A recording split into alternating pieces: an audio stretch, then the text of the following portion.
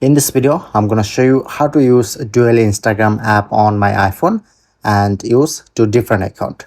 So let's get started. In the first, my Instagram app and open Safari browser. Go to search option, search it to instagram.com.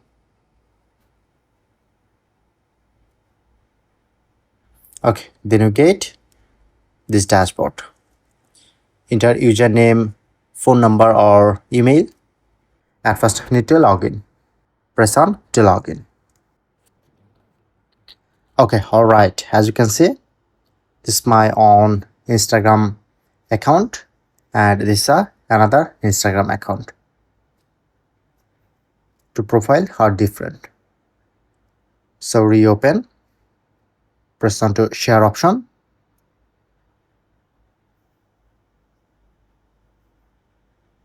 Press on add to home screen. Write Instagram 2. Press on add.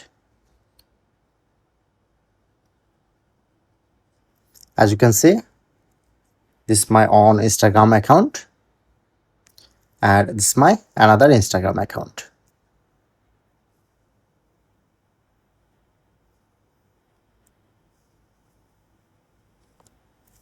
So that's it.